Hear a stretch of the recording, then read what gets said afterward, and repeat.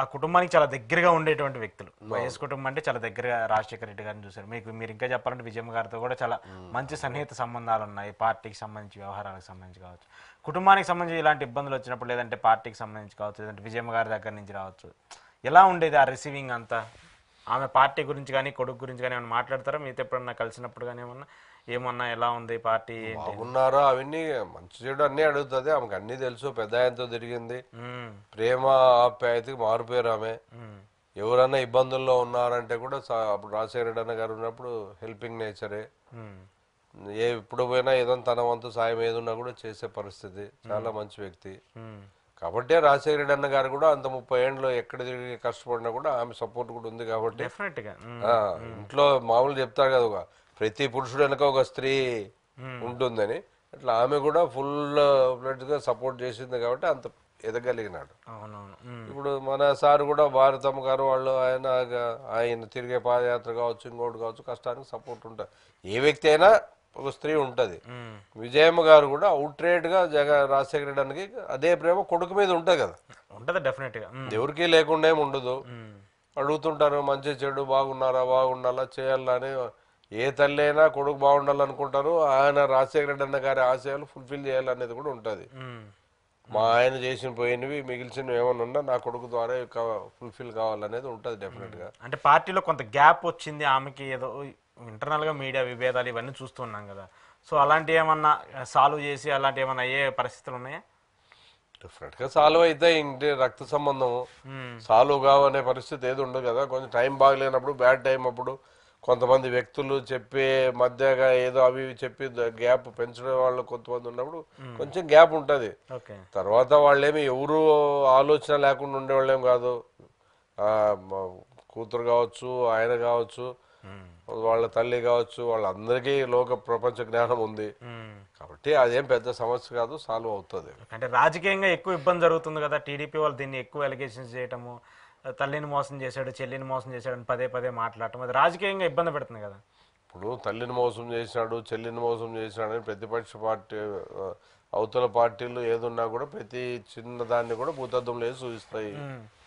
దాన్ని చెప్పిన దాన్నే 10 సార్లు చెప్తే పబ్లిక్ వినరు కదా. అది కుటుంబ వ్యవహారం. కుటుంబ వ్యవహారం డిఫరెంట్, అది పబ్లిక్ అవసరంలే. వాళ్ళ ఇంటి సమస్యలు వీళ్ళు ఎందుకు ఆలోచిస్తారు? మొదట్లో ఒకసారి 2 సార్లు ఏమో ఏమో అని అనుకున్నా తర్వాత వాళ్ళు సర్దుకుంటారులే అనుకుంటారు. కానీ ఇప్పుడు ఎన్ని కుటుంబాలు అట్లా విడిపోయి కలిసి ఉన్నాయి. కాబట్టి రాజకీయంగా చాలా ఉంటాయి. దాన్ని అంత ప్రత్యేకంగా చూసి పెద్ద భూతద్దుమేలో వేసి ఇష్యూ అన్నట్టు చూడరు. Okay okay. చాలామంది సీనియర్ నేతలు అందరూ వెళ్ళిపోయారు సార్ పార్టీ నుంచి, వైసీపీ నుంచి. అంటే ఇంత కష్టకాలంలో 11 స్థానాలకు పడిపోయినటువంటి వైసీపీ పార్టీకి అందరూ నిలబడి ఉండాలి. మీలాంటి పెద్దవాళ్ళు చాలామంది సీనియర్లు అందరూ ఉన్నప్పటికి కూడా విజయసాయి రెడ్డి లాంటి వాళ్ళు, లేదంటే బాలినేని లాంటి వాళ్ళు, ఇంకొందరు వెళ్ళిపోయారు కదా. పార్టీకి ఏమైనా నష్టం జరిగే అవకాశం ఉంటుంది అనుకున్నారా? ఇప్పుడు బీజేపీకి 2 సీట్లు ఉండే, దానికి ఏ లీడర్లు ఉండలే.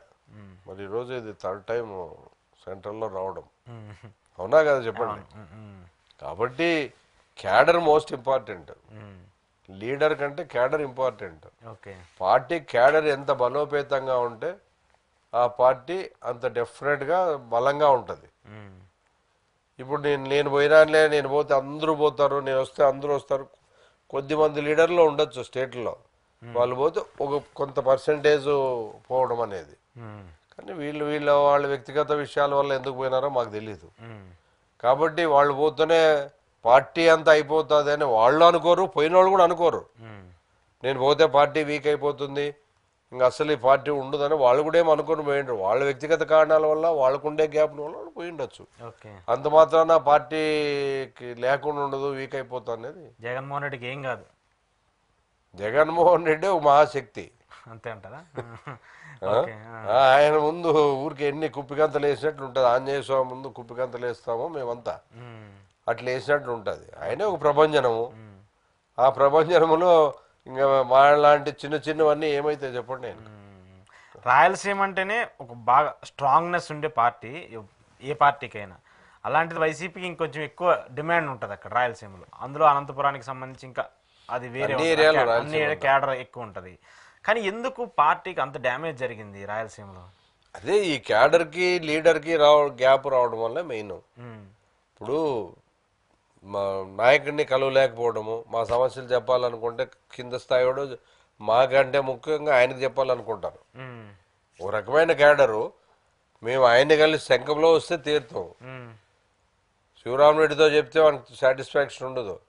జగన్మోహన్ రెడ్డి గారితో చెప్తేనే మాకు తృప్తి అనేది కొంతమంది ఉంటారు. కొంతమంది ఫోటోలు దిగితే సాటిస్ఫై అవుతారు. కొంతమంది ఆయనతో సమస్యలు చెప్తే మాకు సాల్వ్ అవుతాయని నమ్మకంతో ఉంటాయి. ఆయనతో చెప్తే డెఫినెట్గా అవుతాయిలే. ఒక ముఖ్యమంత్రి చెప్పినప్పుడు వీలైనంత ప్రాబ్లమ్స్ తగ్గిపోతాయి.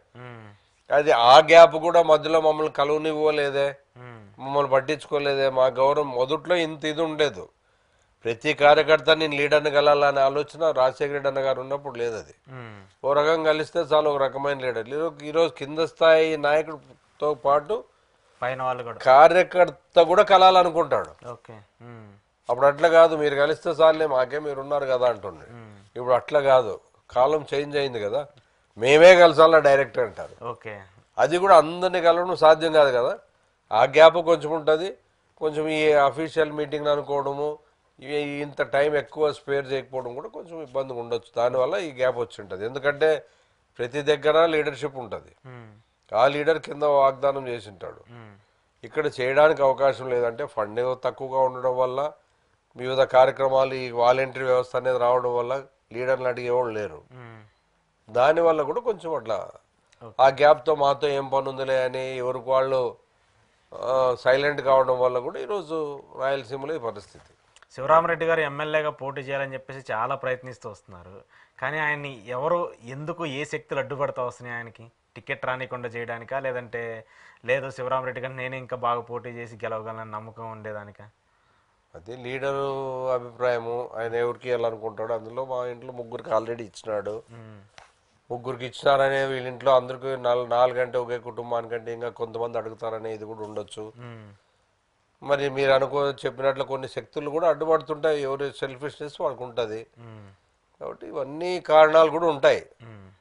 దాన్ని మన రాతుంటే అవుతుందిలే